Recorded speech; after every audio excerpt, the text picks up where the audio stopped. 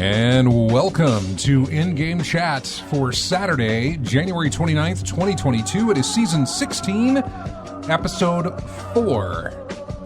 I'm Scott. I'm RJ. I'm Wendy. And welcome to the show, everybody. If you'd like to get in touch with us, our phone number is 334-272-9228, 272-9228, 334. Check out ingamechat.net for all the links to get in touch with us, which you can do by, just going to ingamechat.net. That's our website. At the very bottom of the website are all the links you can find to get in touch with us. The Twitter, the link is there. You can find us at InGameChat. You can also find us on Facebook under that name. Email us, everyone, at ingamechat.net. All of this is at our website. And you can stream. Go to twitch.tv, and you can find us there. Again, a link is at our website, so you go there, click that, you'll be right there at it. If you happen to go to Twitch, then you can just type in the search bar In-Game Chat, and we'll pop right up for you. And don't forget about our Discord.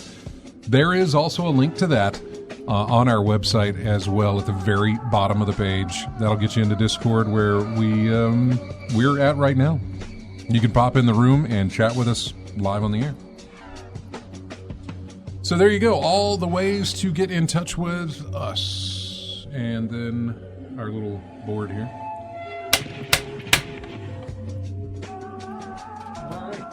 Ready to do the show. So welcome in. Yeah, not as, last week it was the Microsoft Activision show. Mm-hmm. And we do have a little bit more to say about that. But yeah, today may be the NFT show. Been trying to learn a little bit about those to tell you why they're pointless or worthless or whatever. We'll get into that a little bit later on. Let's go and talk about what we've been playing. RJ, we'll start with you, man. What you've been playing? I don't even know. Did we talk about? Yeah, we talked about because we talked about Hellblade last week. Mm-hmm. Yeah. I haven't gone back to it yet because I'm still playing GTA Online. There's another double money event that I'm going through. I'm playing the story mode of The Contract, latest DLC that came out for the game. The story involves getting. It was a tie-in with the Cayo Perico heist, the previous DLC that came out. During that gameplay, when you did that, you had an intro with Dr. Dre and his group. Oh, that's right. He's in the game, and he mentioned something about his phone being missing. And then in The Contract, you find out that his phone wasn't missing; it was stolen. And Franklin, years after getting the Union Depository job, has started a fixer business. So he's like fixing the problems of the rich and famous in Los Santos. And he needs a big client. And Dr. Dre happens to be that big client. So you have a VIP contract. And it's basically three. So Dre plays himself. Dre plays himself in the thing, yeah. Okay. And he's referenced as Dre by the other characters. Yeah, Dr. Dre, yeah. Okay. Real name and everything like that, yeah. And so basically it's like 3 separate missions. There's been 3 leaks. The phone was hacked and he had all his unreleased music on it. So someone stole it and started leaking it out. And there are 3 significant leaks that you have to go fix. The nightclub leak, the high society leak, and the South Central leak. There's basically 3 missions in each one. And then after you do those 3 missions, you get 2 more special missions to hunt down the person who actually leaked the stuff out. Mm-hmm. So it's about it's 11 missions total. And if you do everything right, you get money for each mission. And you get, since it's doubled this week, it's $2 million at the end, $2 million in-game dollars at the end of the mission. Of the whole thing, of every mission? Of the mission, the whole mission. When you do all 11 missions, basically finding all the leaks. $2 million sounds small for that game. Well, $2 million is like one of the biggest payouts you get unless you do the businesses and whatnot. But if you're playing solo, like me, a lot, it's one of the biggest payouts you can get. I mean, the big payouts like 4, 5, 6 million, things like that. That involves like 4-man teams with huge warehouses and things like that. You're not going to do that solo. But for solo payouts, for solo, okay, for a solo player, you can get a big payout for that. So it's wonders for me. That's probably why the allure of the Cayo Perico heist was out there so much, because it's like one of the few heists you can actually do solo. All the other heists, which are good money as well, but you have to have a team for that. Cayo Perico, you don't. You can do that by yourself. And the contract in GTA Online, you can do solo. Maybe have some difficult spots here and there, but it's possible if you got the skill and practice with it, you can do it solo. And since you can do it over and over and over again, you can do those same 11 missions over again and get $2 million per run through that. So that's what I've been working on with that. Other than that, I did a little looking into Guilty Gear Strive. They released Biken, the new character in there of Guilty Gear fame, the samurai woman in that thing, and they gave her some new skills and tactics. One of which was this new tether. Basically, she can grab you and throw you in the game, and now after she does so, she attaches a tether to you, so you can't back away from her. She can be up in your face and start applying pressure with her attacks, right? And you think that was a really nice thing to do for her. You know, it boosts her basic skill of pressuring people, right? And then you saw videos that someone put out of how bad an idea that is against a character in there named Potemkin. Potemkin's a grappler who excels when you get close to him. So there was a video someone put out where Biken tethered him, and he caught her in a grab, did a lot of damage to her. But off of the grab, he was able to kick her up off the ground, and because she was still tethered to him, she was able to grab him in that super again. So 2 supers in one go because she was tethered to him and couldn't get away. So was this in a tournament, or was this is just basic play that someone did. Did someone record? Practice, you just practice and do it like that, right? So we looked at it like, we thought it was a advantage. Do you think we'll start seeing this in tournament? You probably will. Yeah. Or people will get the idea that it's not a good idea to tether yourself to a grappler. So anybody who's not really good at their throws or doesn't have really damaging throws, you got to do it all day. But if someone who specializes in grappling, not so much. So you'll probably see someone not using Biken against someone like Potemkin in a tournament or whatnot. Yeah. Other than that, I played a little bit of Virtua Fighter 5. I'm getting a little rusty because there were some matches where I was just, it was just a complete beatdown. I couldn't get anything going in the matches I had online, so I'm going to have to spend some more time practicing and playing that. Yeah. So that's pretty much it I've been playing this week. Okay, so you didn't jump back into Hellblade at all? No, like I said, it was mostly spending time in GTA, getting building up money with the stats doubled this week. But eventually, I'll get back into it eventually. All right. And Wendy. What? More Animal Crossing, of course. And Superliminal. Yes. Did I say it? Yeah, she said it right, yeah. Okay, Superliminal. Superliminal. Yes. It sounds like subliminal, but it's superliminal. And that is one of it's a game of perspective, I think is the best way to put it. I mean, we've talked about it, I think. Yeah. Because I was all on board with it when in fact, I saw one of the times I had to go to Seattle. I say I had to go to Seattle, whatever. One of the times I went to Seattle, there was a company that reached out to me. They've reached out to me before because they got my name from, hey, you're going to Seattle, blah, blah, blah. Would you please represent us to hand out, awards and things like that for our team? Would you mind doing that? All you have to do is we'll send you, and they sent me these little placards that say best of for blah, blah, blah, whatever the company was. And I said, sure, I'll do that. They've done this before, and I think that I only did it one time for them. I never really felt like doing it at all. Right. But I was like, sure, why not? Here, go ahead. And I almost really forgot about it. But I did remember, and I was like, well, I gotta give this to someone. It wasn't a situation where it was like, well, let me just find somebody to give it to. But it was a situation where I said, okay, let me find something I really, really like and I'll just give it to them, whichever one it was. And I wanted it to be an indie game. I didn't want it to be, Hitman 3 or 2 or whatever it was that I was playing, or Destiny again or something like that. Give your indie game some recognition. Because that is the best part of PAX is what's called the Indie Mega Booth, which is still very small compared to the indies, but that's where you get games like Superliminal and Spiritfarer was in there, and found some real hidden gems in there. You can really, really find some cool stuff. And I hate the fact that I haven't been back to that. Not that it would have mattered in these past few years that they've held it, because the Indie Mega Booth hasn't been there. I'm sure some indies have been there, but the Indie Mega Booth has not been a part of Penny. Well, they didn't hold a PAX last year. Last year being 2020.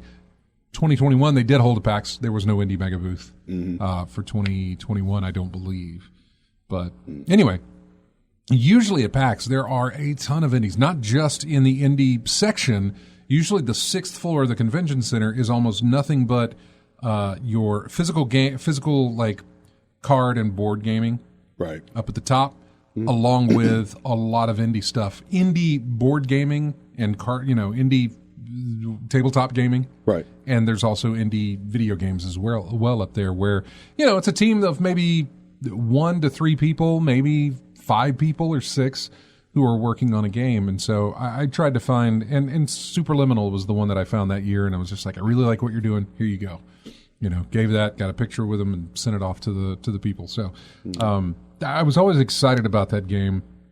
How have you been doing with it? Well, I guess we should get the bugs out of the way first, huh? Yeah, it's a little buggy. I've had to, restart the game. I know. Several times. She brought me in there a few times because she resumed playing and there was no audio. So we had to quit the game, go back in, and there's the audio. Even if it was just ambient music or dialogue even, there was just nothing there when she was resuming. You had some other problem with it, right? Or no?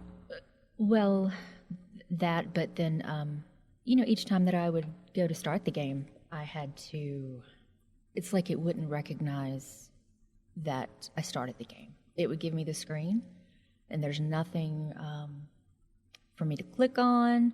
The game didn't automatically, it was just a frozen screen. It didn't pick up where you left off, or it just didn't move at all? It didn't move at all. Yeah, it was. Even the I didn't see that part. I did see the music part, and so that was buggy. So I don't doubt that she's going to stumble across other bugs as well. But how far have you gotten into that? I have no idea the layout or structure.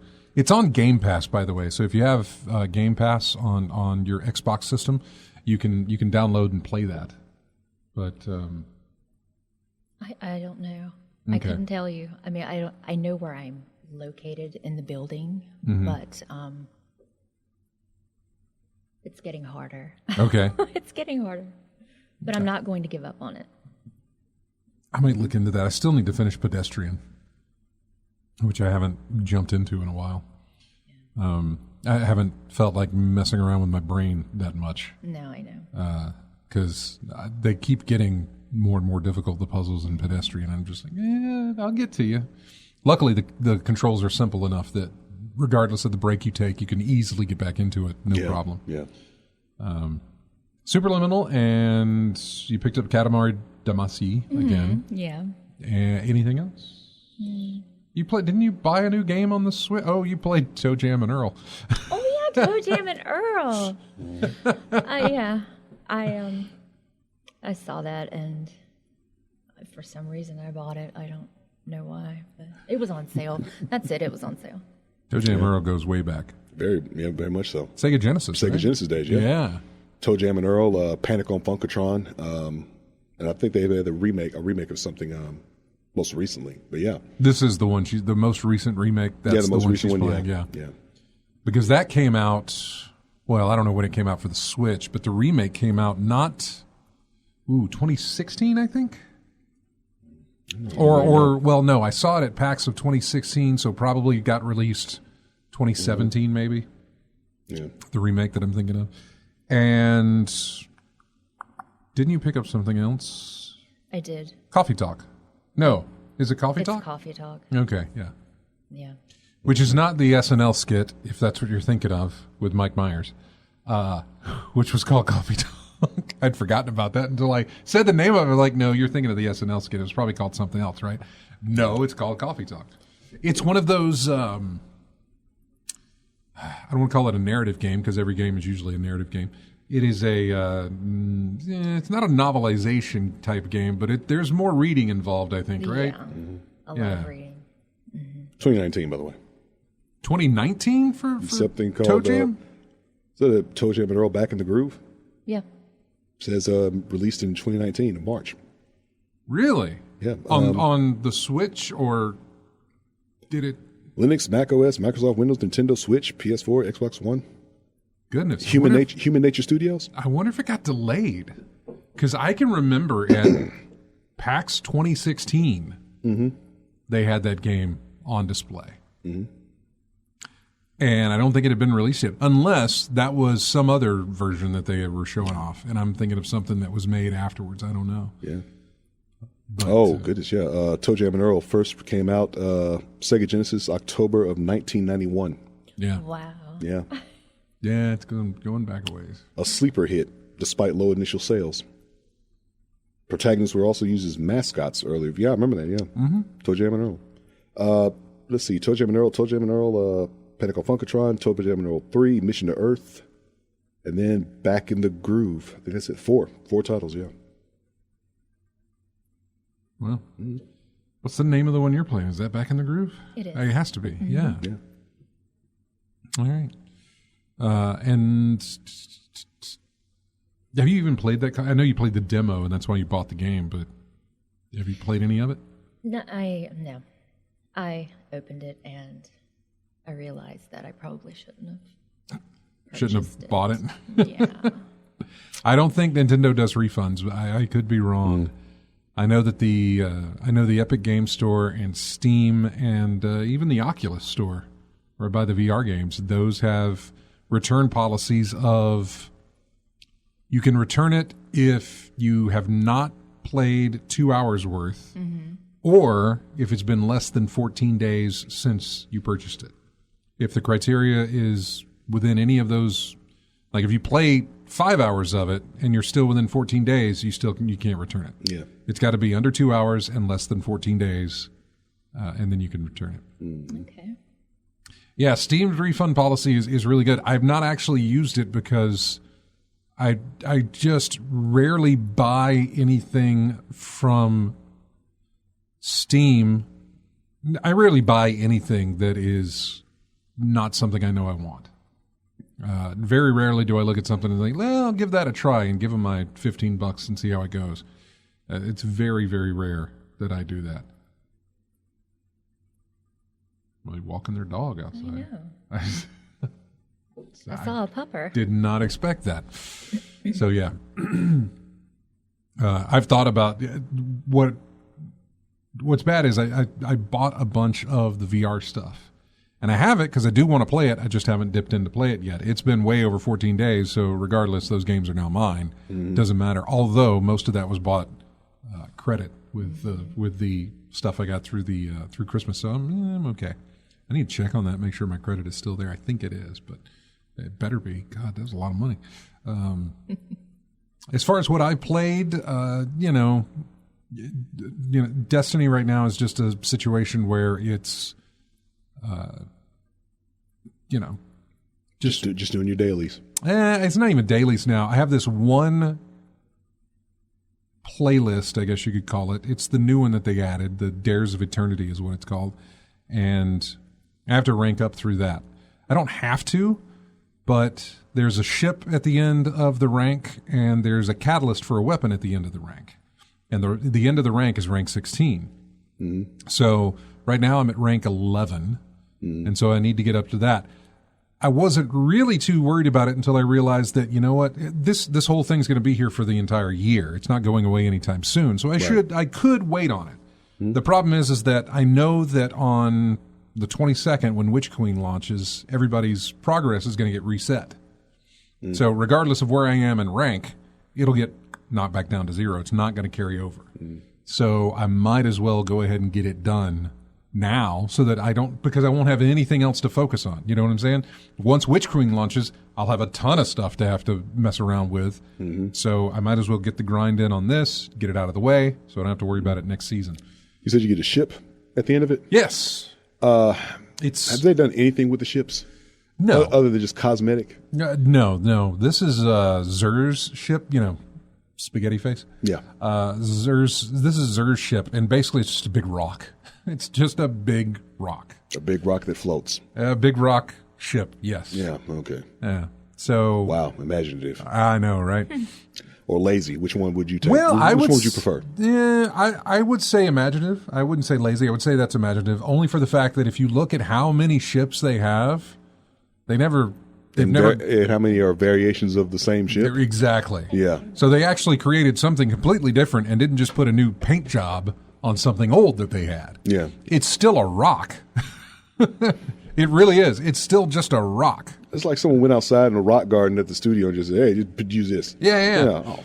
But still, it's one of those things where when somebody else has it in your group, you're like, well, you did a whole lot of that, playlist of that, game mode, whatever, to get there. Yeah.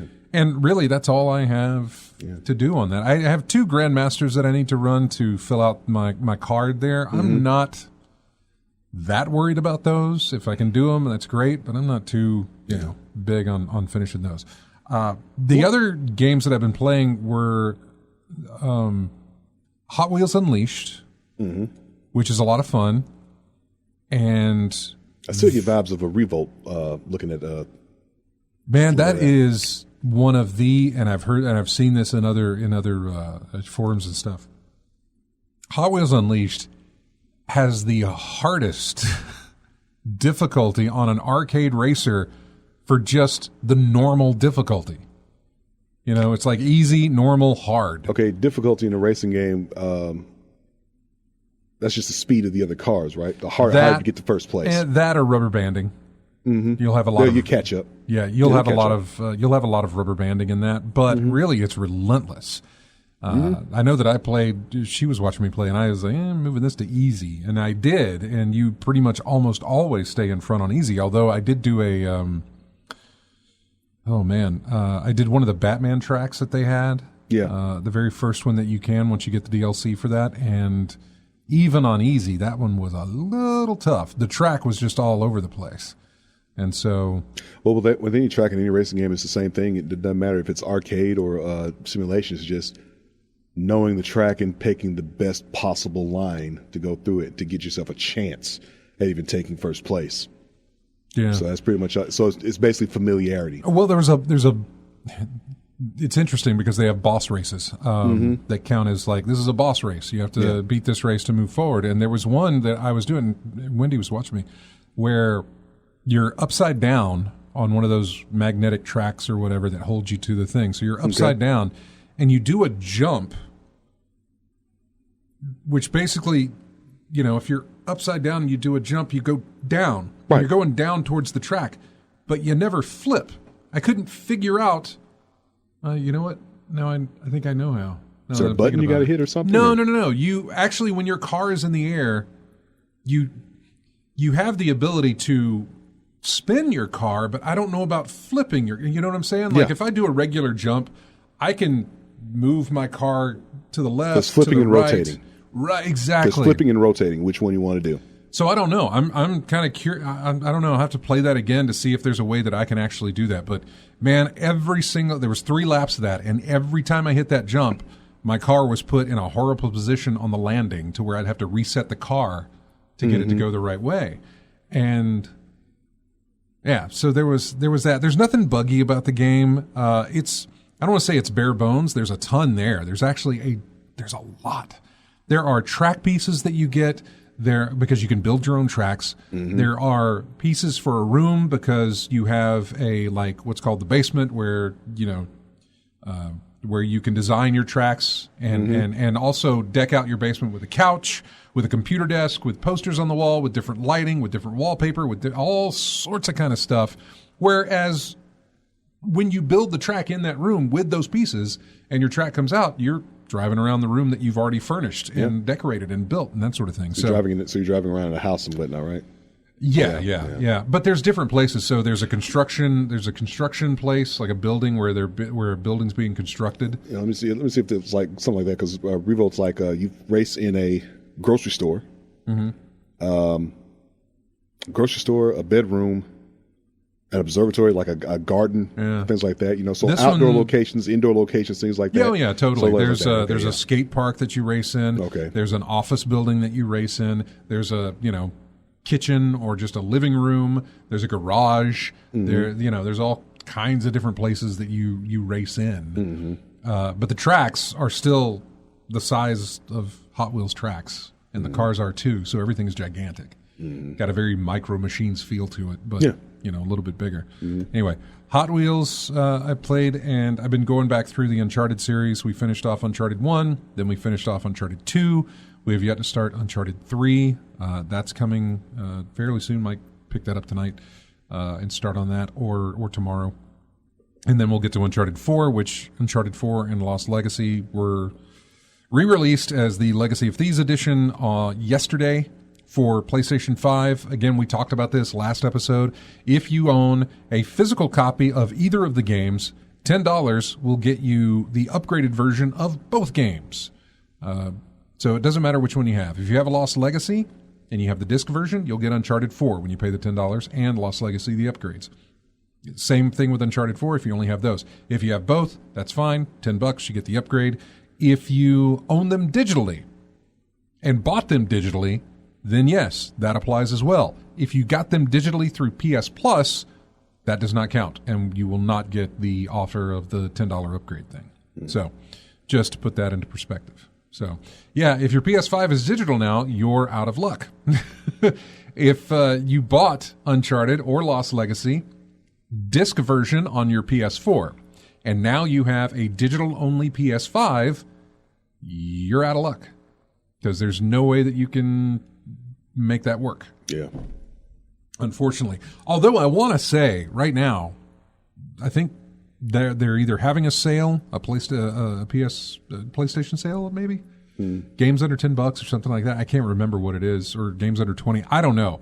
You can find Lost Legacy, or unless they pulled them from the stores, and they may have. They may have pulled the individual releases from the stores. You may only be able to buy this version, which would suck. However, prior to that, you probably could have bought Lost Legacy digital for like $9 and then paid the $10 and gotten both. So yeah. Really enjoyed playing the Uncharted again. I'm playing them on the easiest of easy modes, and yet still it's annoying. What parts? Any of the combat. And I'm not saying the combat was the weakest part of the game. That's for somebody else to decipher. Yeah, it's been a long time since I played Uncharted, but I don't recall the combat being. It's not tedious or annoying to me. The only reason it's annoying to me is because it takes me away from exploring or puzzle solving. So it's lengthy battles that get you? No, they're really not. I mean, they are if you start the game. It's just that I'm going back playing through these games. Right. And I put it on easy mode because I don't want to deal with worrying about. Did you do the same for Last of Us 2? I did after I took the long hiatus, Mm-hmm. I did about halfway through of Last of Us 2. I dropped it down to easy because I was tired of all the stealth and the sneaking and the moving so slowly through the thing. I was like, I'm not. So basically, it's not the battle; it's the fact that it takes you away from story. It takes me away from. It takes me away from the story. Basically anything that takes you from the story, because that's what you're playing Last of Us 2 for and Uncharted for. Yeah, and I mean, I'm good with I'm good with it. I like that. I played through the first game regular difficulty. I didn't jump out of that at all. But I think my problem was that I got to this point and I was like, man, I'm so tired of conserving the ammo and the health and trying to just sneak around I'm done. I just want to get through this. Because I had taken so long, I think, to go through that. Did you have the same issue with Mass Effect? I don't know. Did I pick I don't know what I picked. I think I did pick easy for Mass Effect. I think you did. Yeah. A lot of these games, like if it's, so, if I got Horizon 2 Forbidden West, right, I'm not going to put that on easy. I'll play that normally. You know what I'm saying? And usually when I go back through and do a replay, a lot of people might pick the harder difficulties. I'm like, no. I just want to go replay it to enjoy it. So let me knock it down to easy so I can just, get to the good parts quicker. Yeah.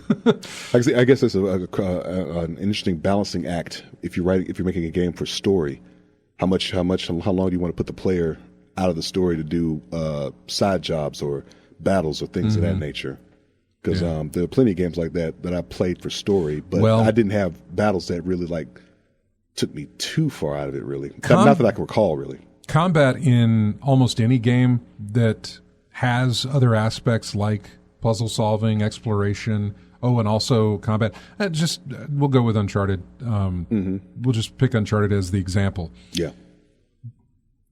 It is a way for developers. Well, I mean, they put that in there because there's going to be combat. You need to know how to shoot a gun because you're going to shoot a gun. You need to know how to throw grenades because you're going to have to throw grenades. So tutorial type stuff, yes, you're going to get through that. Once you've got those mechanics down, though, I think combat is thrown in to break up the pace of solving these puzzles and moving through this place without anything going on other than dialogue between two characters. Yeah. Or moving through the monastery or something like that. It's giving you here's something to break up all of this moving around, trying to figure out how to get from one place or another, pulling switches, doing all this other stuff. Now we're going to throw some guys at you so you shoot your guns for a while and kind of not have to think about things. Right. But at the same time, they also use it as a way to pad the game. Our game takes 20 hours to complete. Yeah, that's because you keep throwing wave after wave of combat every time we come into a combat section. Wave after wave of enemies come through so you can lengthen that part up, Then there are games like that's a constant state of battle or suspense. Dead Space comes to mind. Dead Space, I don't think there's a lull except when you're talking or things like that. But outside that, you are constantly looking over your shoulder and trying to be aware of everything going around because at any given moment, something will jump out at you if need be. So I'm thinking a game like Dead Space, I don't think about anything taking me away from the story because I'm constantly in that alert mode. Yeah, and so I have the same complaints that I'm giving you now about Uncharted as I do about the homage that Uncharted is. Tomb Raider, I have the same problem. I like the environmental puzzles and the exploration more than I enjoy the combat. I hate the combat in games that offer that. My adventure type games, my Indiana Jones type games. I'm more into the puzzle solving and the exploration than I am into the combat. Give me as little of that as possible so that I can get on to the next room that I have to figure out how to get out of. That's always been my thing. And I'm totally understanding why they do what they do, and I'm okay with it as well. It comes with the territory. It's just always going to be that way. Yeah. So, yeah, that's my whole thing. There weren't a lot of puzzles or solving things going on in Last of Us 2. It was more of a survival... Stealth and survival. Yeah, really. It was... But that game, that series, Last of Us 2, both, and maybe even Uncharted 4, it's been forever. It's been since 2016 since I played that, because that's when it came out. In fact, I've never done a replay of any of the Uncharted games. This is my first time going through them since I played them when they released. Okay. And that would have been 2007 or 6 for Uncharted 1. And then 2009 for Uncharted 2. And then we're about to start 3, which came out in 2011. And then 4 came out in 2016. So, yeah, I'm going to go through those. Anyway, we are way behind. We need to take a break, and then we're going to come back and take this phone call, who I assume is Chris, but it may not be. I don't want to make an assumption, but I'm pretty sure. Oh, goodness. I forgot to do something. And it's going to bug me until I get it done. So excuse me while I do that. I meant to go in there and do this, and I totally forgot to send over the music for this week's show. Oops. I know, right? Well, let's just go ahead and talk to Chris then while we got him. Hey, Chris. Oh, goodness. The phone is all kinds of messed up here. I wish we could... Can you take yourself off a speaker? I don't know if it'll fix it. Keep going.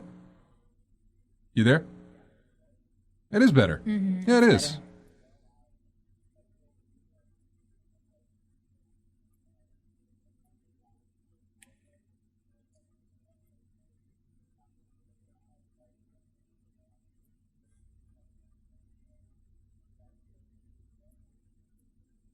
I think it's, I don't want to say forever, but I think you're going to have a lot of time to, I think you're going to have a lot of time. By the way, nobody heard that because I didn't have your phone thing pressed. Everybody on the radio heard that, but everybody on the stream did not.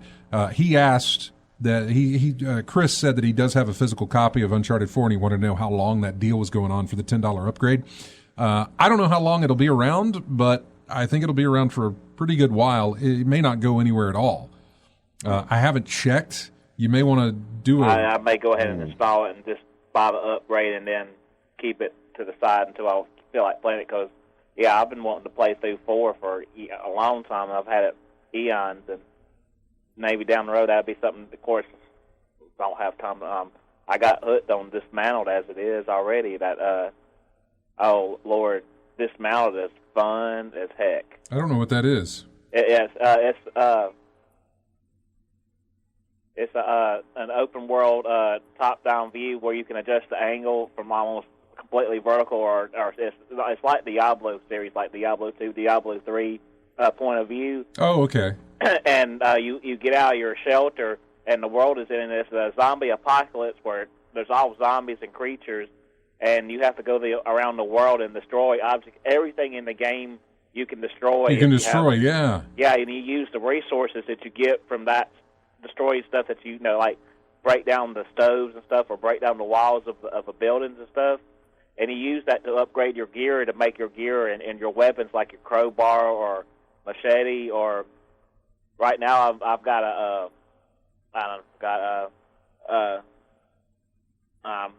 went completely blank here, but you basically just use the materials you find to upgrade your other gear and other weapons and stuff. And I've been taking my sweet time destroying everything. I've already got to level like 43, and I've only explored about 40% of the map. And I mean, it is huge. It is tons to do in this game, and it is so much fun. Well, good. I'm glad you're enjoying it. You're playing on the PlayStation 5. The 5, yeah, that's what I thought. All right. Well, and one of the cool things I found out, you can do multiplayer, local multiplayer too. Basically, I think the game makes a clone of your main character where 2 people can play on the same screen at once. So, if y'all want to check it out, that may be something y'all might enjoy. All right. Well, thanks, man. Appreciate it. But I've kept my eye on it for a while, and I saw somebody else that was playing it several years ago while it was on Steam and early access and stuff, or beta, and I got hooked on it real quick. But I think the developer that makes it is 10 Tons. I don't know that I've heard of them. I think they're from overseas. I think they're overseas somewhere. But I may not have ever heard of them. You'd probably list off some other games they've made, and I would know instantly what you're talking about. Maybe I think this may be their first game. Really? Sure. But it is so much fun. No, I've heard some good things about it. So I'm impressed if that's their first outing on this. So that's really, really good. Well, Chris, I got my music back. I'm sorry about that. I got my music all set up and ready to go. But anything else you're playing? Anything else you want to talk about? Well, I've been playing other games, but until this came out, I've been hooked on this nonstop. So a lot of other things have been on the back burner since I started playing this one. All right, man. Well, you take care, and let us know how that goes next week if you pick up that $10 upgrade. Was it coming out next week or something? Or No, it's out now. I'll probably go ahead and pop the disc in there and go ahead and... Well, let me ask you, what do you have as far as a display? What are you looking at? Oh, I've got a 4K display. Okay.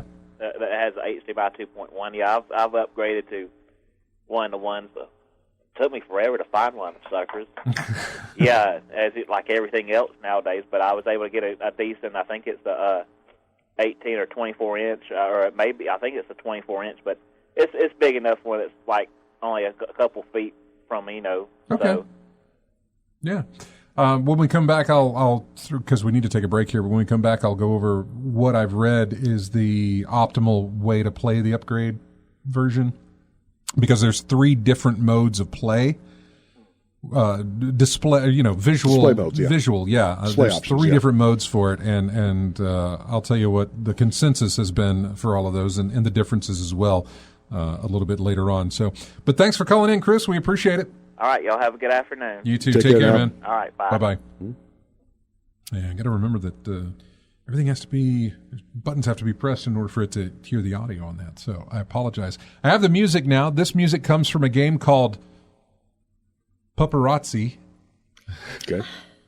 And You it sounds exactly like what it sounds like. Yeah, exactly. You take pictures of pets, of dogs. This track is Muttropolis. I see a theme forming here. Yeah.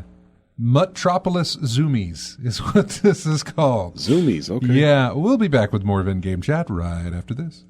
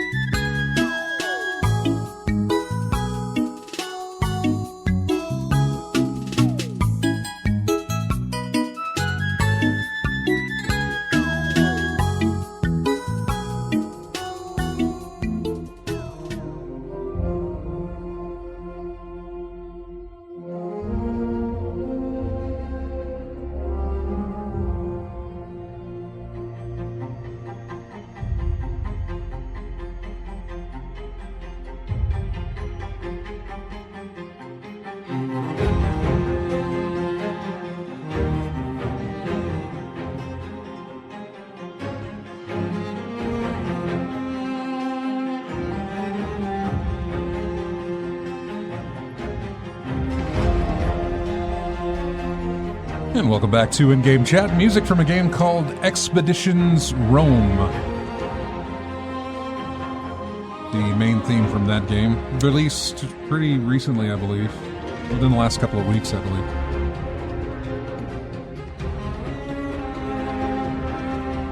So just jumping back into that, the Uncharted upgrade that they did for Uncharted 4 and the Lost Legacy, there are 3 different modes of display, I guess you could say.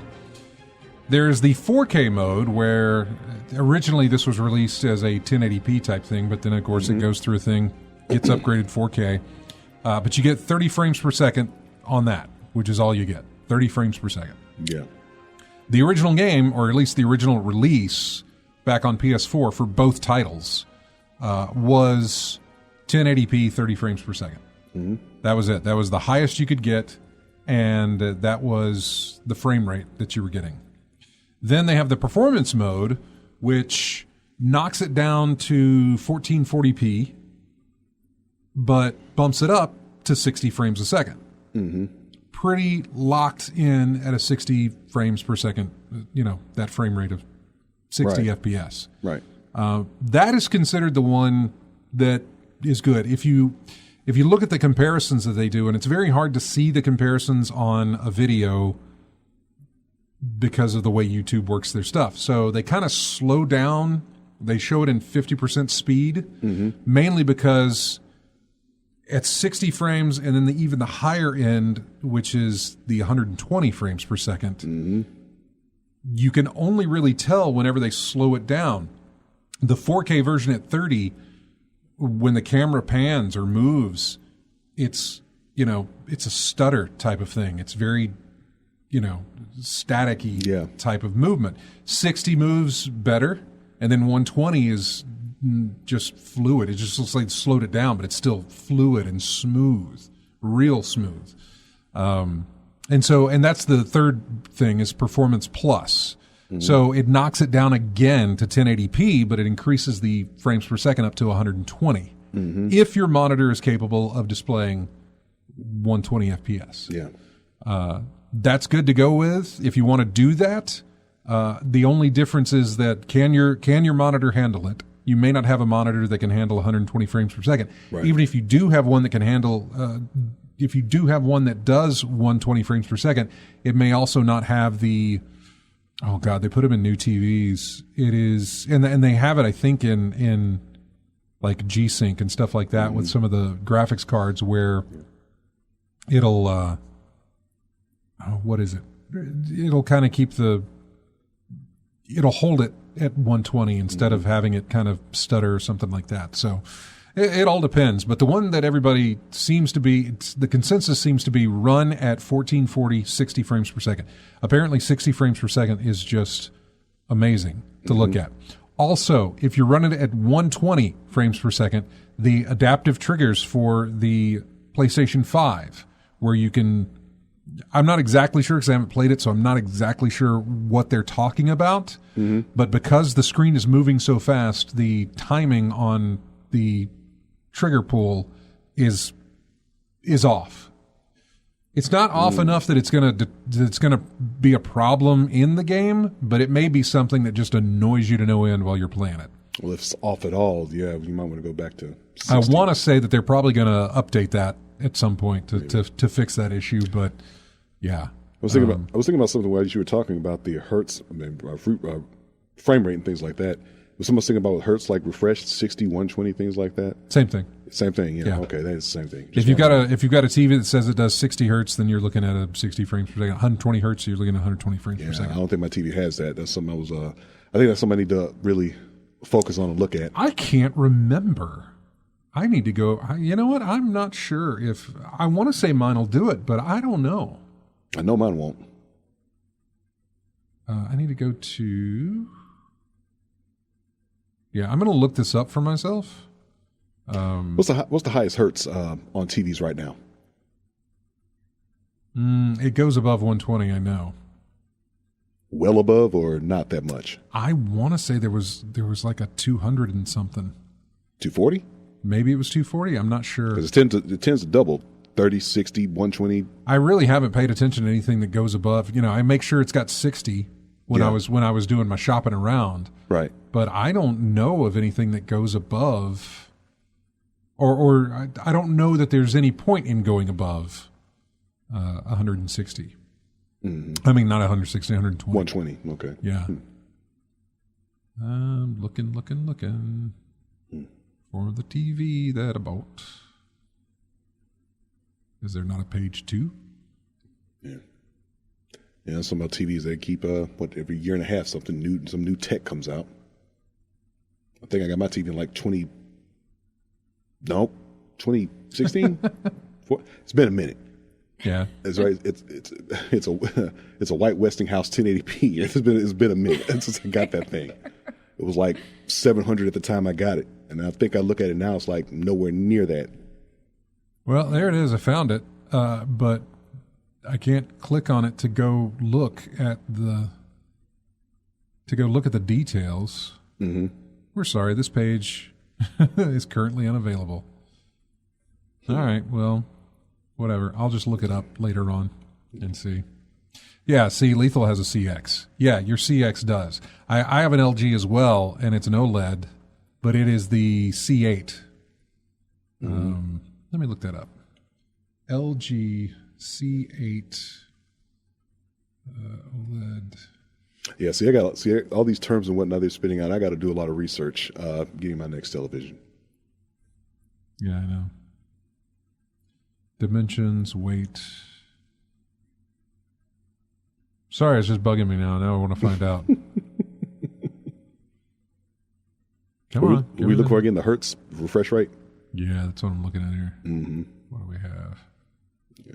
Ethernet, speaker, convenience, remote, general, dimensions. Wait, nope. It's giving me package. That's not my specs. Give me my overview then. Isn't there a label on the back of your TV that tells you? It could be. Yeah, just do that when you I should. unless it's going to bug you. It is. And now it's bugging me right now because I want to find the thing. I know this is great television, I know this is just Great fun radio. to watch. You're missing and fantastic radio. Yeah, you're missing media already. Wait, dang. But and there's nothing here that's telling me. So I don't know. Anyway, I'll just have to look that up later. So, As he keeps fooling with his trackpad over there. yeah, and I'm getting back to there. There's not much I can talk about because they only got 2 minutes before the top of the hour. So I might as well have just kept looking on that. Entertain the masses with your TV search. I think it does 120, but yeah. Probably does. It probably does. If his CX does 120, Yeah. but yeah, I don't know. It probably does. We'll see. Update next week. Yeah, right. I don't know. It'll be updated after the break because I'm going to really look at this thing and find out what the hertz is on that thing. Let me see if I can find something real quick to talk about that is of any value. Steam Deck launches on February 25th, and will start shipping 3 days later. I know Matt has an order in. I don't know when his order was scheduled to ship, like when he was going to be getting his.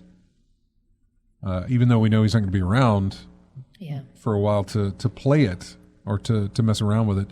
But I know that he got in on that. I'm in on it as well, but I won't get it until like Q3 of this year. So there's, I got plenty of time to let people guinea pig it and then find out if I need to hold off or it's like, no, you can go. Probably should just hold off, to be honest with you. Because they're going to make a second one. And it'll probably fix a lot of the things that the first one has wrong with it. Probably be a lot lighter or thinner. I don't know, but come with more memory or something. Who knows? So, but yeah, that's and they have Cloud Sync now. So they're doing some sort of thing where your games will save immediately to the cloud, so that when you stop playing on the Steam Deck, you can go straight to your computer and play, and pick up exactly where you left off. That's kind of like what they want to do, make it a seamless interaction between how you play and where you play. Right. So you log into your Steam account, go right in, it picks up as though you're still playing on the Steam Deck. So, yeah. We are here at the top of the hour. When we come back, I don't know if that we'll get to the NFT stuff, which is fine. It has to do with Ubisoft, although there was something else that happened just recently, and it concerns Minecraft. So we'll get into that here maybe when we come back. We also have plenty of other things to talk about. There is everything that's happened since Microsoft bought Activision. There's that. Microsoft's gaming revenue was up last year, or at least in the second quarter here. We'll talk about Respawn and their new Star Wars games. Also, I don't know, just a ton of stuff here that I've got. Crysis 4 announced. Hitman 3 had some problems on its release. We'll get into all that stuff. It's all coming up on In-Game Chat. Music here from a game called War Tales. It's the main menu music, and so we'll be back with more of In-Game Chat right after this.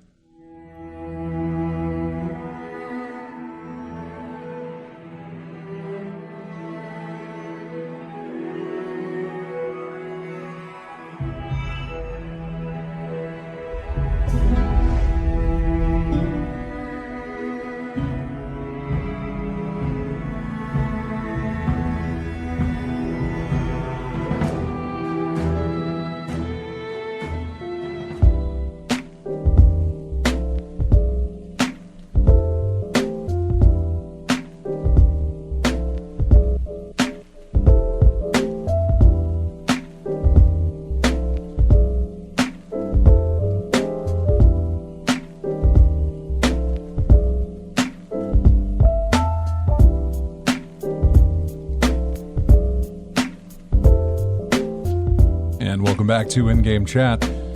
Music here called, well, it's the credits that roll at the end of Superliminal. Nice. Wow. It sounds like one of them songs that you put on that there's a YouTube channel that features music that you study to, music that you relax to. Lo-fi beats, yeah. Yeah, something like that, yeah. That's exactly what it is. Yeah. Little girl with a cat Yeah, that one. looking at her book in the rain. Mm-hmm. Anyway, welcome back to In-Game Chat. So Chris called during the break. Well, he's got fiber internet at home. He was already halfway done downloading the upgrade to the Uncharted game. By the way, when you do this, and he said, yeah, he put the disc in, he went and he bought it, and it already started downloading the PS5 version. You will have to have the disc in the machine every time you want to play the game, which, is not really different from anything that we're already doing. But it's not only downloading Uncharted, it's putting Lost Legacy as well, the other game, on there. So for $10, it'll give you, if you only have one of those games, for $10, it'll give you both of those games as an upgrade. If you already own them physically or own them digitally that you didn't get through like PlayStation Plus promotion type of thing. Mm-hmm. So yeah. And he checked his television set is HDMI 2.1. That's perfectly fine for doing 120 hertz if he wants to do that. I checked on the TV that we have, 120 hertz as well. It does have 120 refresh rate. Apparently it says it comes with True Motion, which is weird because I didn't think it did, because it is not HDMI 2.1 at all. It missed that cutoff just right at the year. Well, actually, it was 2 years before. That's what's current one now, right? The current one is 2.1. 2.1, okay. Yeah. I'm thinking USB. USB is 3.0. No, USB is up to 3. It might as well, USB is like what, USB-C now, I guess, is really, I don't know. And also, I was also looking at the PlayStation store for what he was talking about with Uncharted 4. Yeah, I mean, it's like you search Uncharted on the PlayStation Store, you get Uncharted the digital bundle, and you get the Legacy of Thieves collection, and then you get like in-game currency. There's no 4 by itself or whatever. So yeah, he did say he said they pulled them. They pulled it. They pulled the individual titles, so you can only get the Lost Legacy version now. Like I said, or not Lost Legacy, but Legacy of whatever. I'm so Lost tired Legacy, of those titles. But yeah, not, like I said, the last time I found those two, I just bought those two on a lark because it was like $20 or something. I just picked them both up on disc for PS4. So yeah, I checked on mine. We're good there. Not that I'll do that or get to that. Whenever I get around to it, yeah, I'll throw them the $10 to get the upgrade. Yeah, and probably do the 1440 at 60 frames per second. I may take a look at the 4K, but a lot of people said, you're not really getting much out of that. Mm-hmm. The upgrade is not. It's nice that you have it, but was it worth the cost compared to the 60 frames per second that you get with just the little drop down? It's so apparently the 60 frames per second is just like a brand new game. And there's no lack of precision with your L2R2 on the highest one. Yeah, so yeah, that's true. So the games for gold that we're getting for February for you Xbox players, we have Broken Sword 5. Aerial Knights Never Yield, Hydrophobia as well, and then something called Band of Bugs. So those are your games with gold. Sounds familiar. Hydrophobia sounds familiar. Hydrophobia, I do remember that. It was apparently the water effects in that game were supposed to be revolutionary or groundbreaking or something. I can't remember. Supposed to be? Yeah. You said like they tried it and they... Well, maybe at the time it released, it did, but we've come a long way since that released. Yeah. So I think water effects have gotten better over time there. From 2011? Mm-hmm. Sorry, 2010. I'm sorry. Yeah, Hydrophobia? Yeah, 2010. It was released, I want to say, as an Xbox Arcade. Xbox Live Arcade in 2010, and then Microsoft Windows in 2011. And then it got on a PlayStation Network in 2011, November, months afterwards, survival horror and adventure. And your PlayStation Plus games for February are UFC 4, Tiny Tina's Assault on Dragon Keep. Yeah, but I haven't been into Borderlands since 2. And if you have a PlayStation 5, you'll also get Planet Coaster Console Edition, where you can build a theme park with roller coasters and stuff. I have the PC version of that, and I'm curious as to how the console edition works. I'll probably put UFC, put it in the library UFC 4, yeah. Yeah, UFC 4. I mean, I put them all. I always put them in the library there. Same thing with Epic Game Store whenever they give a free game. Mm-hmm. Anytime Steam, if I hear about a game that's free on Steam, even if I have no intention of probably ever playing it, I will still click on it just to add it to my library because it's a free game. Why not? Yeah, this is the reason. This is the reason why I look at my library and I'm like, when did I buy this? No, you didn't. Yeah, it was free. You just threw it in your library. You just forgot about it. Same with my Steam library. That happens a lot. Yeah, it's like I think I got 35 or 40 games in there, and like half of them, like, where did this come from? I don't recall buying this, because you didn't. Yeah. Oh, so let's go. Well, we were talking about Microsoft having a great year. Their gaming revenues are up 8% in the second quarter. It brought in the Series X and S brought in more money for Microsoft last quarter than in the system's 2020 holiday launch window. The company had hardware revenues up 4% year over year on demand for its latest consoles, which is interesting because it's been tough to get some of these consoles lately. Although I think it's been harder to get a PlayStation 5 than it is a Series X. Series S, by the way, has been not one of those that is hard to get. That's one digital only? It is the digital only. It is also not 4K either. Yeah. So two reasons why it's readily available. Yeah, but it has gotten. It used to be hard to find as well, but now those are not as hard to find, I should say. I can't tell you that you can walk in a store and pick up an Xbox Series S. I have no idea, but it's it's gotten better for that particular console. Yeah, because it seems like the lowest tiered option for purchasing if you want the Xbox S. Yeah, revenues were up 20%, $51.7 billion, with a net income up 21%, $18.8 billion as well. Then they go into the Windows stuff. I mean, it's Microsoft. The gaming revenues were up 8%. Xbox content and services revenue, 10% year over year. There were some statistics on Epic, I think, as well. Yeah, here we go. The Epic Game Store. And every time, when we run into another year, like, January, you start getting your numbers for last year from all anybody that wants to release it. Usually the only people that want to release it are the ones that had really great years. Otherwise, you don't hear from anybody else, or it's just not their thing. Epic Games said that the 21-year in review report for that said consumer spending was at $840 million last year. That is an increase of 20% year over year for the digital storefront as far as Epic Games is concerned. Third-party titles made up 36% of their sales last year and amassed more than $300 million in revenue. They also grew in users. They saw an increase of 34 million PC users through 2021. They now have a total of 194 million users. They peaked at 31.3 million active users daily, while the concurrent users went to 13.2 million as well. So, and they've given away, I don't know how many games they've given away on the store, so a bunch there. I don't have any details on Steam, although I know that they probably have some details on that, but I don't have any details for you on Steam. And let's talk about everything that has happened since Microsoft bought Activision Blizzard. When will the deal be done? The deal will be done next year. Yes, those games will come to Game Pass. Will Activision Blizzard games be Xbox and PC exclusive? Microsoft says it'll honor existing Sony contracts and won't make Call of Duty exclusive right away, but it's likely that some of Activision Blizzard's future games won't come to PlayStation. There's precedent, of course. After they bought Bethesda, we learned that Starfield and The Elder Scrolls 6 will be an Xbox and PC exclusive.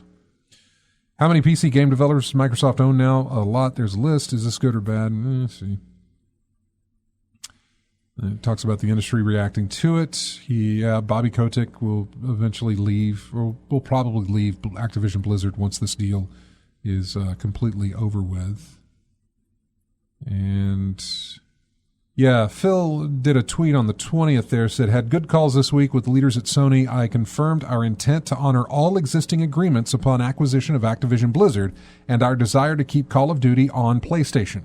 Sony is an important part of our industry, and we value our relationship. If anybody wants to save that tweet for years down the line, go ahead, because I'm sure that is going to eventually stop. I don't know why, but I feel like it will. I just feel like it will.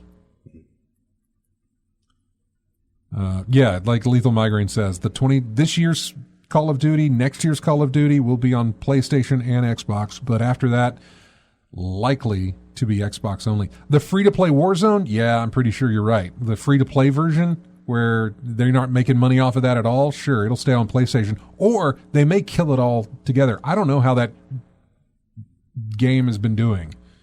I'm not sure if I wanted to call it a mode or a game or whatever. It kind of sits by itself. But, yeah, I don't know how that game's been doing for them. So it may hang around for a while, but I think it'll eventually go away. Warzone. Again, that's me speaking from no experience whatsoever, because I've not played that, and I also haven't paid attention to any of it. Okay, Lethal Migrant says it's actually apparently massive. Warzone is. So, all right, that's good. Crytek confirmed we're going to get a Crysis 4. Yay. I didn't play Crysis 1 through 3. Mainly because I didn't have a thing that could run it. Yeah, the computer eater itself. That was the joke, right? Yeah. Can it run Crysis? Right? NASA can. No one else, exactly. NASA can run it, but you can't. Yes, but can it run Crysis? Yeah. So, yeah. Oh, so Ubisoft is kind of making a name for themselves over this NFT thing. This is from a Kotaku article here written by Luke Plunkett, who says that Ubisoft's official foray into the world of NFTs has not had the best start. The announcement was trashed by fans, and the company's garbage NFTs were largely ignored upon release. In a new interview with an Australian site, Ubisoft says the blame lies on everybody but them. You know? And in fact, that's what typical modern day response. Yeah, they use the Principal Skinner meme. Mm-hmm. I'm not out of touch. It's the children that that sort of thing. And exactly, they think that they're not in the wrong. It's everybody else. They say it's an extraordinary interview to behold from top to bottom. It begins, for example, with.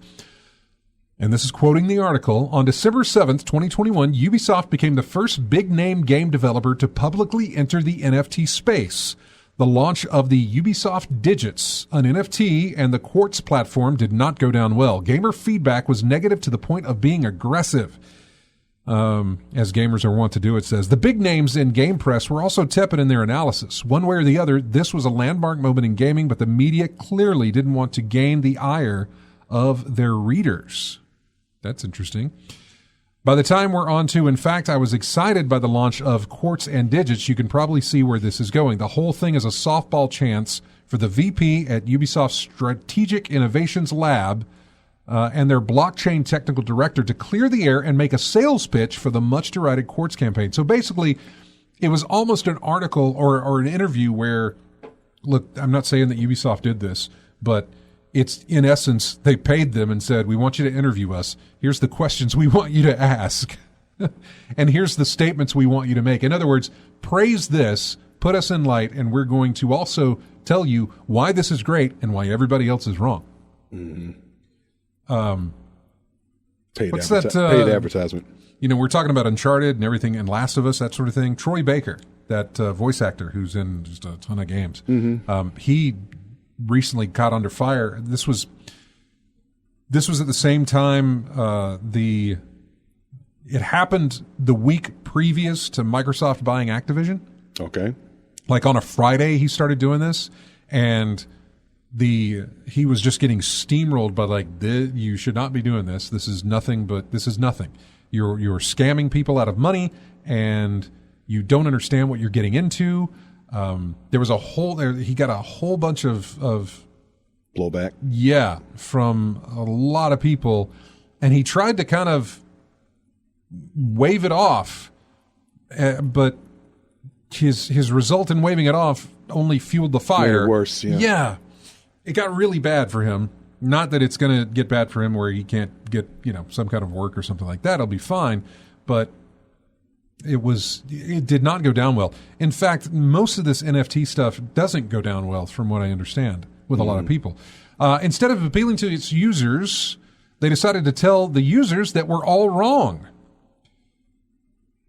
Here's a quote. I think gamers don't get what a digital secondary market can bring to them. For now, because of the current situation and context of NFTs, gamers really believe it's first destroying the planet and second just a tool for speculation. But what we at Ubisoft are seeing first is the end game. The end game is about giving players the opportunity to resell their items once they're finished with them or they're finished playing the game itself. No. This is, by the way, for research purposes, this is the first time I've read this, so you know where I'm coming from. I have not actually read this article. I just heard that Ubisoft got a whole bunch of blowback from it, and now I'm seeing why. Continuing with quoting this article. So it's really, for them, it's really beneficial, but they don't get it for now. Also, this is part of a paradigm shift in gaming. Moving from one economic system to another is not easy to handle. There's a lot of habits you need to go against, and a lot of your ingrained mindset you have to shift. It takes time. We know that. Back to this Kotaku article that says, we absolutely get it, Nicholas, and we want nothing to do with it. It's telling that this is a sales pitch coming from someone in the crypto space, since it has some dangerous and soulless hallmarks. Hucksters who want to turn everything into a market to transform even your leisure time into something that can, and by divine right, should be commoditized. Of course he wants Ubisoft to push ahead with this, and giving the players the opportunity to resell their items is the key sentence there. A big driver of money for them in this space won't just be sales of NFT items, but the cut that they get every time an item is sold and resold again. Endless money for doing literally nothing. Yeah, see, Lethal, in what world is there resale value in NFTs? Ubisoft sucks. A lot of companies, big video game publishers included, have been dipping their toes into this market over the last 12 months for just this reason. As stupid as it is, it's also usually explained away by it being a fad that involves making a quick buck out of suckers, and really, what public company wouldn't want in on that action? Ubisoft's efforts are on a whole nother level, though. There's a degree of diluted commitment to the cause we simply haven't seen from other publishers. And whenever I hear about developers predicting NFTs will drive a wedge right in the heart of this industry, it's places like Ubisoft where management and workers are so far apart in the issue that I think of first. Yeah, no, he's exactly right. So that was Ubisoft. Now there was a Minecraft story that I had opened up about NFTs again. Look, if you're thinking about getting into NFTs, do as much research as you want. Nobody should be here to tell you how to spend the money that you make. But NFTs are a bad idea for you, I would say. I mean, if you've got the money to burn and you want to do that, go right ahead. There's that dude who bought $70 million. He spent $70 million on an NFT. Beeple or whatever it was. I don't know. But this is a guy who spending $70 million was not gonna hurt him in any way. Yeah, he had disposable income. Massive disposable income. Yeah, So yeah. When you see celebrities hawking these things or saying, look, I bought an NFT, you can buy your NFTs too, or go over here. Remember that they're celebrities. Either number one, they had the money to burn on this and not worry about it, or number two, and likely the case, they're getting paid to tell you this. They're getting compensated to tell you this, yeah. Remember that, please. Oh, so going into this Minecraft thing, and again, was this Luke on this one? No, this is somebody else. This again from Kotaku. So stop me if you've heard this one before. An NFT project sells a ton of tokens, NFTs, making a ton of cash in the process for a thing that probably will exist in the future. Then the people and then everybody involved disappear with the money, leaving those who bought it just, you're screwed. High and dry. Yeah. It reportedly happened again, this time with what's called Blockverse, an NFT project connected unofficially to Minecraft. This was PC Gamer that reported it. Blockverse launched last week and is claimed to be an on-chain Ethereum NFT that enables a unique P2E on Minecraft. It basically boils down to a private Minecraft server that is only open to folks with a Blockverse NFT. Even though selling access to servers is a thing that has been done for years without NFTs, there was still a lot of hype around the project. On January 23rd, Blockverse launched and sold around 10,000 NFTs. It sold out within 10 minutes and earned an estimated $1.2 million. However, a few days after making all that money, the creators behind the project deleted Blockverse's website, shut down the game server and the official Discord. They took the money and ran. Literally. Yeah. Which is what we watched this, we watched an explanation on NFTs last night and said, yeah, you own the digital rights of whatever that thing is. As long as that stays where it's at. If the server that hosts the thing you bought shuts down, closes, dies, goes offline, Oops. you have nothing. You got nothing. Yeah. You have absolutely nothing. Mm-hmm. And this is exactly what the Blockverse did, but it seems like this wasn't something where we ran into a problem. No, they just turned everything. We sold everything. Let's go. Mm-hmm. We sold it. We're leaving. Goodbye. Thanks for your cash. As you might expect, this led to a lot of people calling the whole thing a scam and demanding answers after a few days of silence from the creators and those in the community. And as those in the community tracked down information about the project leads, Blockverse headed to Twitter and provided an update on the situation with the dev sharing an explanation and apology. Here it is, word for word. Hey all, we feel that we owe everyone an apology and more importantly an explanation. Blockverse was supposed to be a great project, as before our launch we invested an enormous amount of time and resources working on it.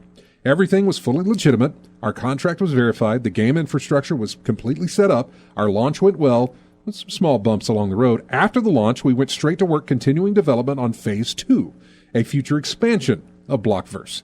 In the midst of our continued development, we failed to realize and contain all the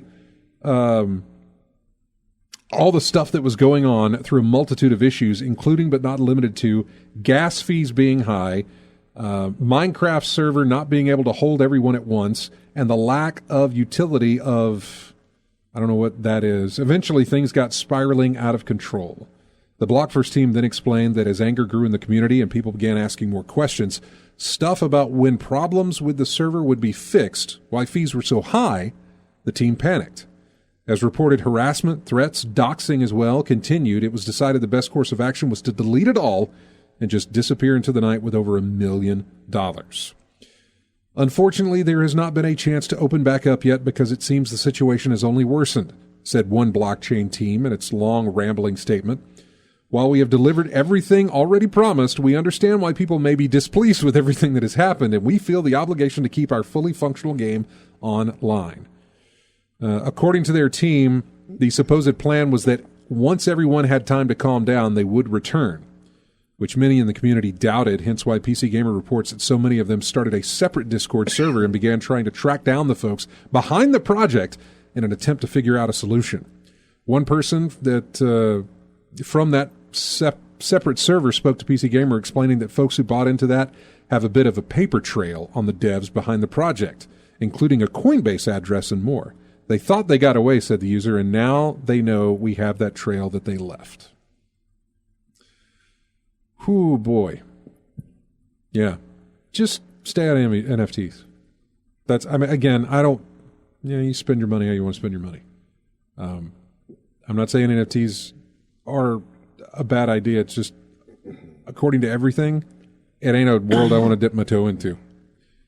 It seems like there's no profit to be made.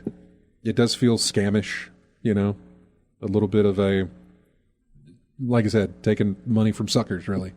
So, anyway, we're going to take a break. Now that we got the NFTs out of the situation, we'll come back and we'll hit more news here on In-Game Chat. Music here from Rainbow Six Extraction, which just recently came out not too long ago.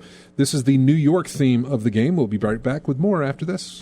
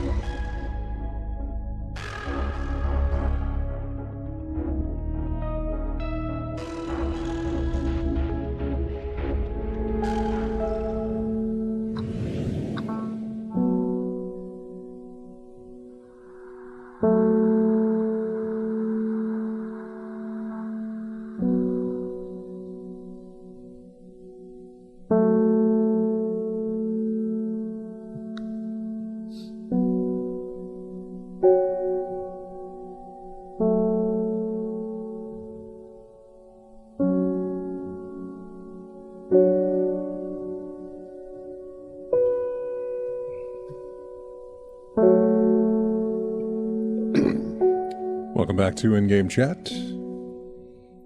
Music from a game called Strange Horticulture. What, strange plants? You raise, you tend to these, I don't know. Alien plants? Yeah, not necessarily alien, more Lovecraftian or just, yeah. Oh, the Cthulhu flower. Something. Yeah.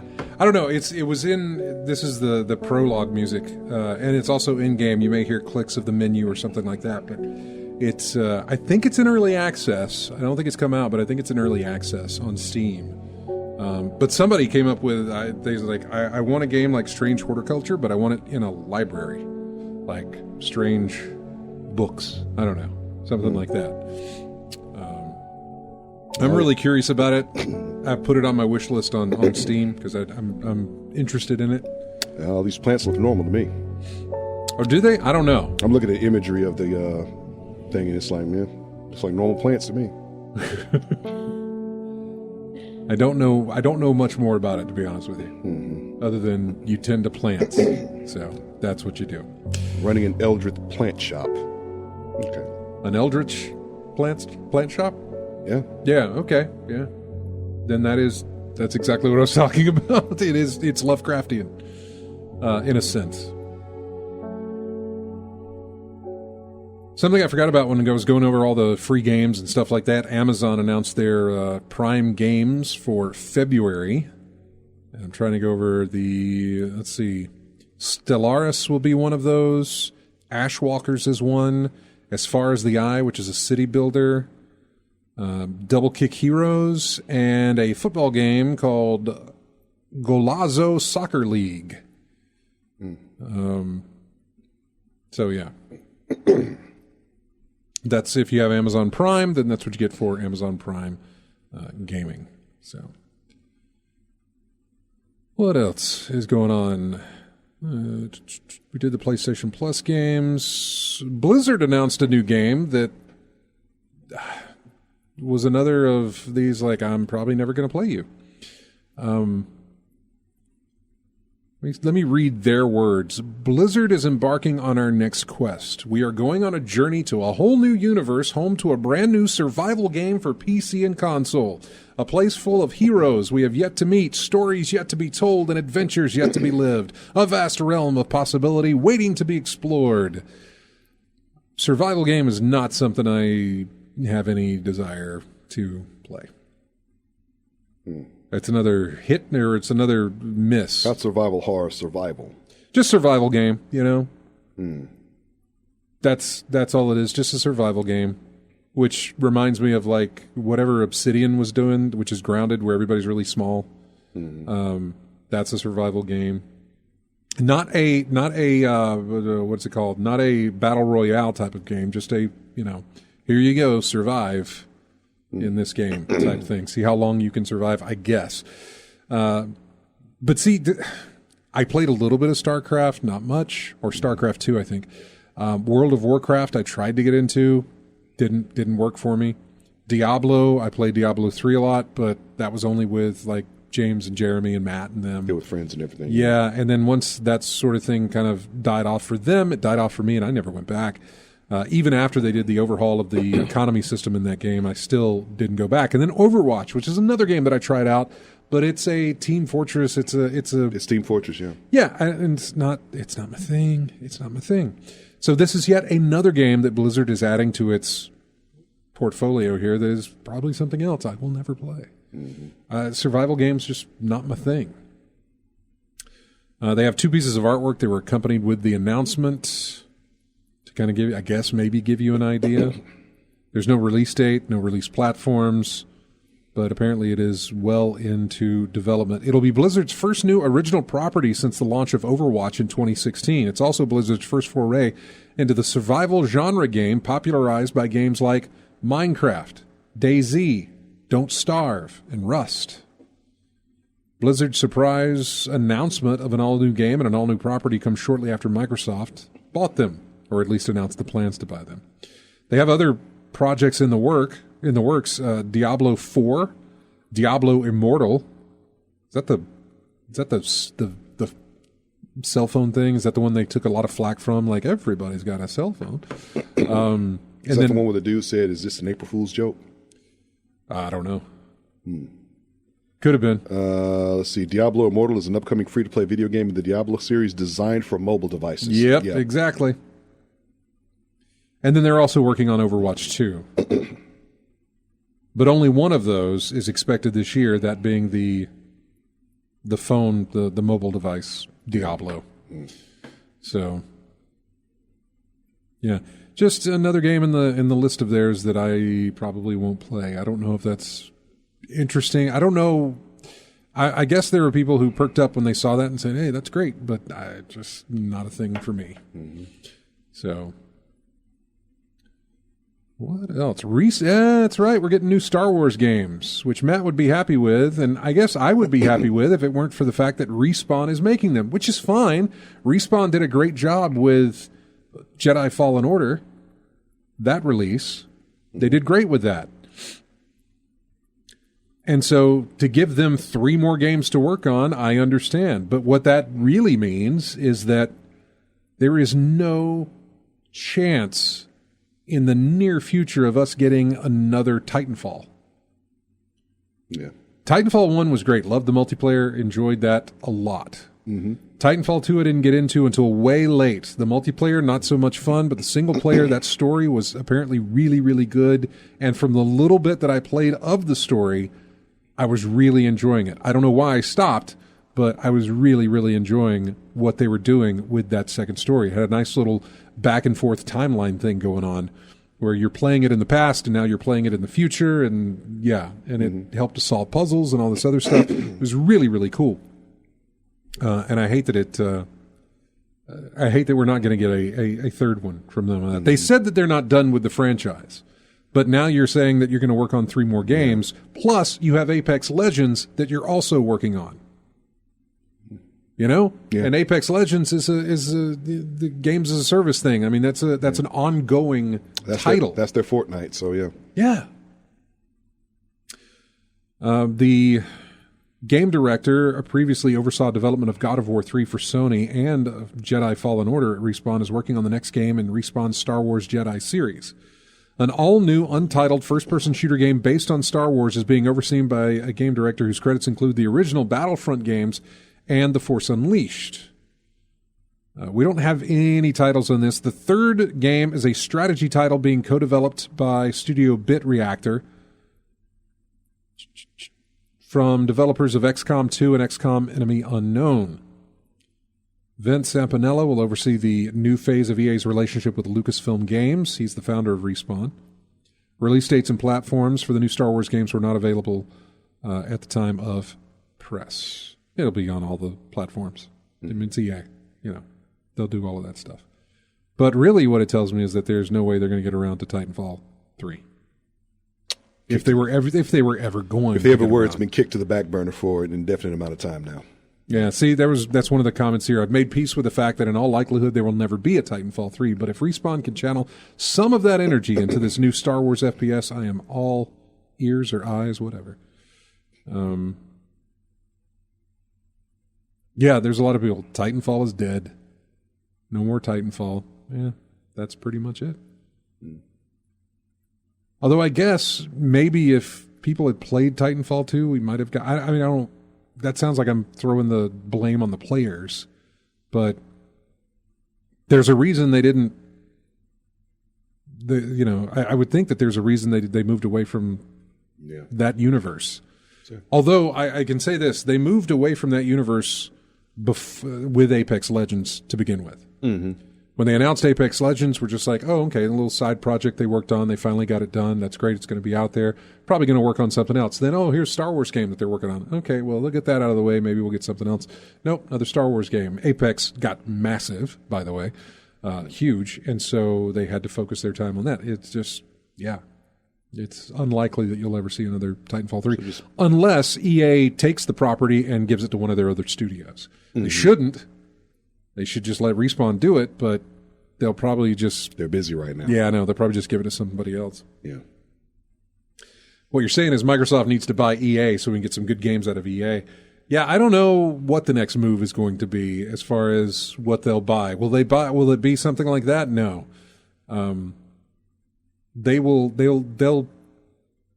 buy some more studios. It'll likely be some small studios, stuff like that. It won't be, they're not going to buy Capcom or EA, Ubisoft. They're not going to buy any of those. Of course, 3 weeks ago, if this had come around, I'd say, yeah, they're not going to buy Activision. Nobody's going to touch that company with everything that's going on right now. Nobody wants to touch that company with all the problems that's going on. Mm-hmm. Yeah, it seems like somebody does actually want to have that company. So I don't know. I'm saying that the first Titanfall was an Xbox exclusive. Mm-hmm. Xbox and PC exclusive, or may have just been Xbox exclusive. And then Titanfall 2 was a multi-platform release. But they did have exclusivity on Xbox with the first Titanfall. I do remember that. Windows, Xbox One, Xbox 360. Yeah. In March 2014. Yep. Mm-hmm. That is correct. Yeah, and I know Lethal Migrant says Microsoft has a boatload of cash to spend. They have to put it somewhere. Yeah, they will, but they'll do it by buying other smaller studios. They can't. First off, they can't purchase anything until this thing goes through with the Activision Blizzard situation. At least they can't purchase anything that big. Yeah. With what they're doing, so yeah, I don't know. I don't think we'll see them acquire any more studios until after this Activision Blizzard thing goes through. They probably have some deals in the making and some talks being worked around to what they're going to be doing next, but I think it'll come after this purchase has been approved and they go through with it. So, what else?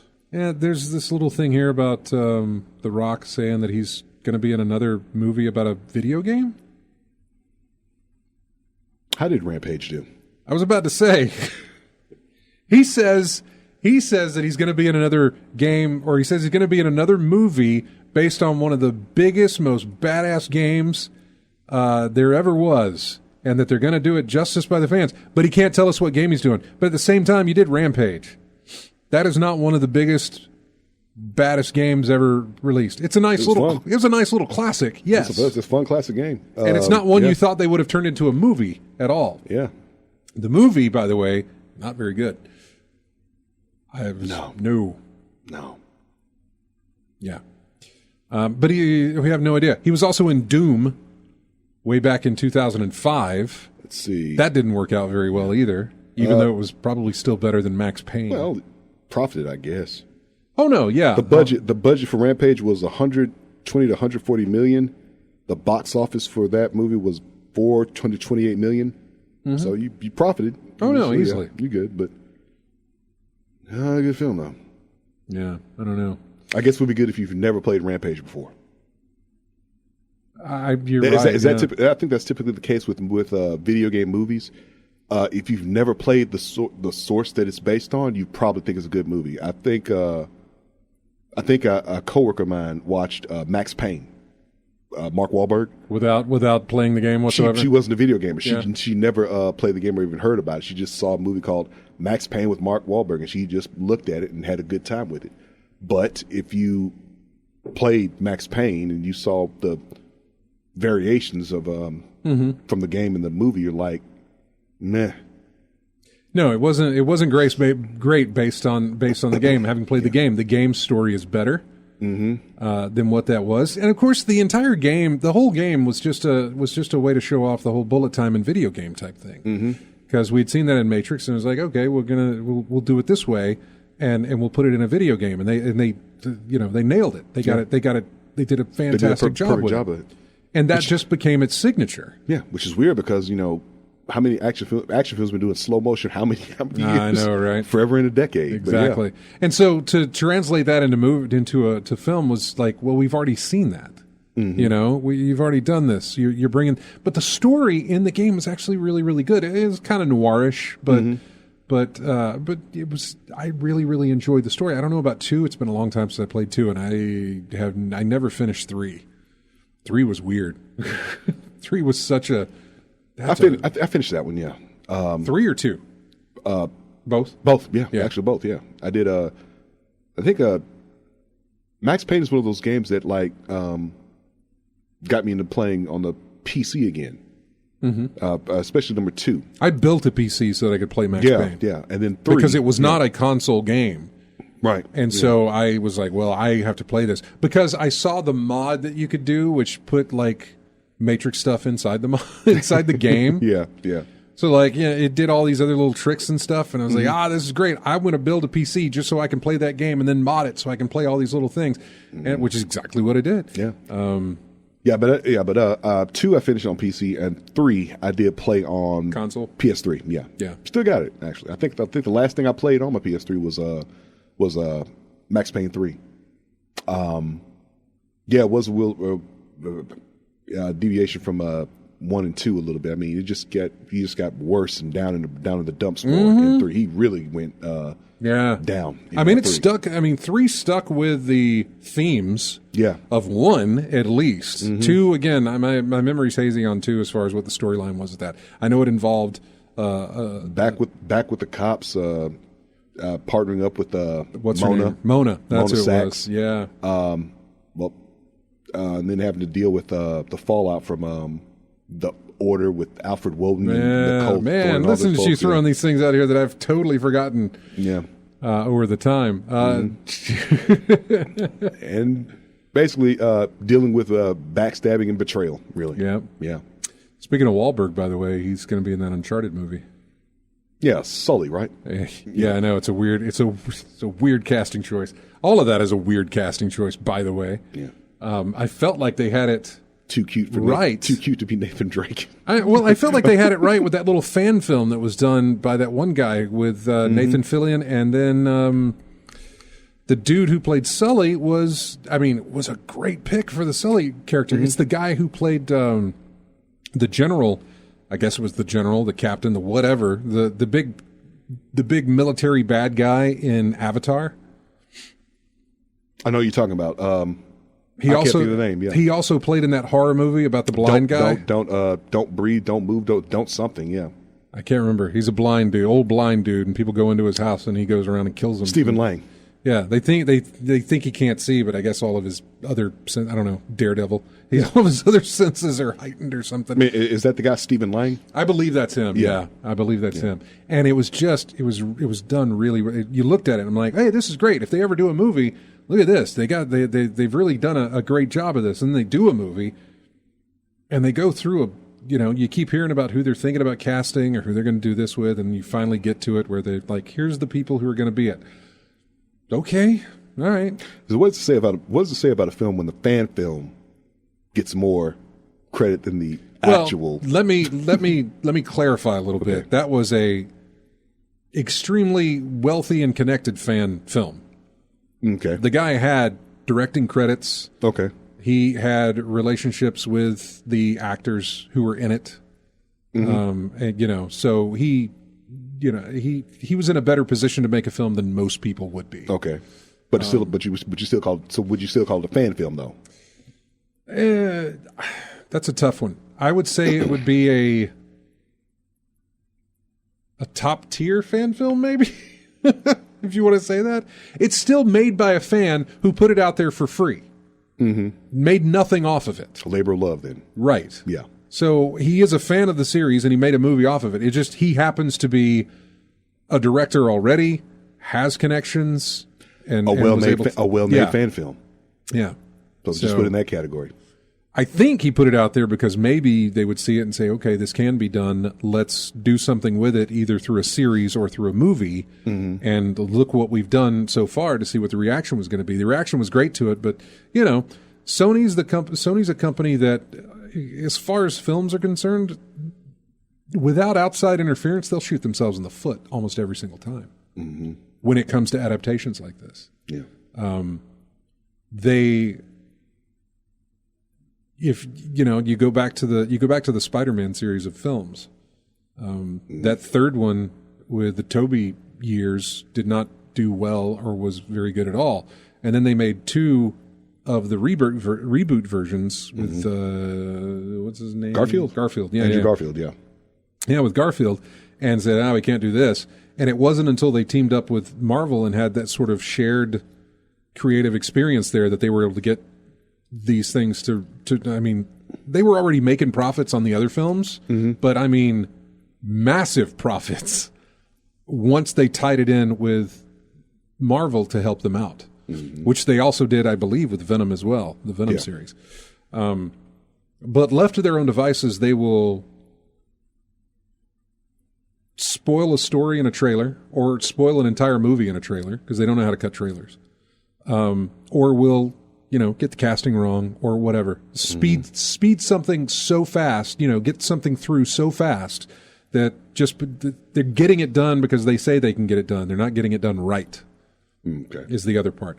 I'm not going to be that much of a stickler on it. I mean, it sounds like I am right now, but I'm probably going to go watch the movie, and I'm not going to try and compare it to the video games, even though there are specific set pieces that are to be compared to the game itself. But that's okay. I don't care. I'm watching an Uncharted movie. Yeah. It's fine. Yeah.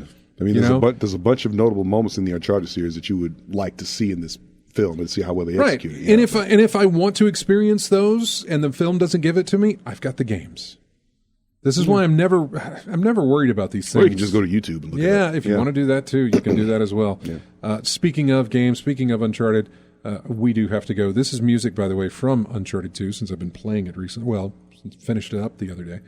But we do have to go. That is going to do it for us. I want to thank everybody who joined us in the chat room, who joined us on Discord, Chris, who called in, who were so very patient with us while I was trying to find my TV specs and just got so obsessive over it.